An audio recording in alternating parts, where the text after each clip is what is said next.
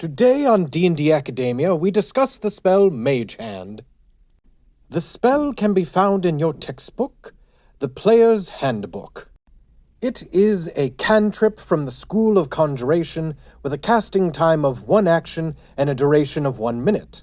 It has a range of 30 feet, there is no attack or save, and the damage or effect is utility. As for components, it does require verbal and somatic. Mage Hand creates a spectral floating hand at a point you choose within range. Feel free to get creative with the aesthetic of what the hand looks like. For instance, if you have an elemental caster, perhaps the hand looks like a certain element, which of course does not get the benefits of said element, but can look cool. Maybe if you have a necromancer, the hand looks ghostly or undead.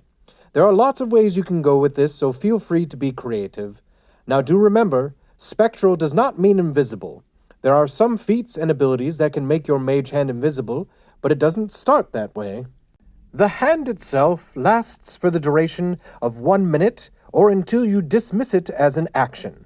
The hand vanishes if it is ever more than 30 feet away from you or if you cast this spell again. You can use your action to control the hand. You can use the hand to manipulate an object, open an unlocked door or container, stow or retrieve an item from an open container, pour the contents out of a vial. The list goes on and on. You can also move the hand up to 30 feet each time you use it. The hand can't attack, activate magic items, or carry more than 10 pounds. Now, as for not activating magic items, I would say that is on a case-by-case basis. Now, of course, this next idea would be up to your DM's discretion, but if there are multiple casters in your group, the combined effort of multiple mage hands could lift a total of 10 times the amount of casters in weight. Another interesting idea that would still have to be cleared by the dungeon master is the idea of upcasting.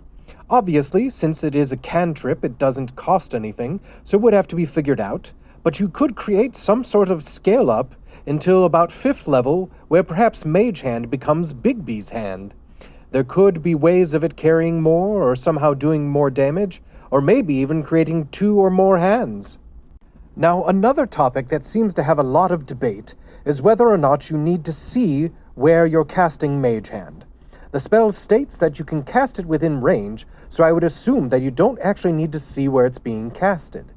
I would also say, though, that depending on what the hand is doing, might require an additional ability check to see if it can accomplish its task.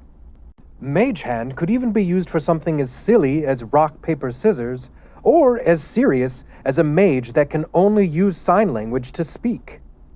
One last piece of advice for using Mage Hand that I'm sure will drive your dungeon master crazy. Use your Mage Hand when dealing with traps. That is all. You are now more educated on the uses and benefits of Mage Hand. Hopefully this becomes a regular spell in your arsenal. Thank you for joining us on this episode of D&D Academia, all about the cantrip Mage Hand.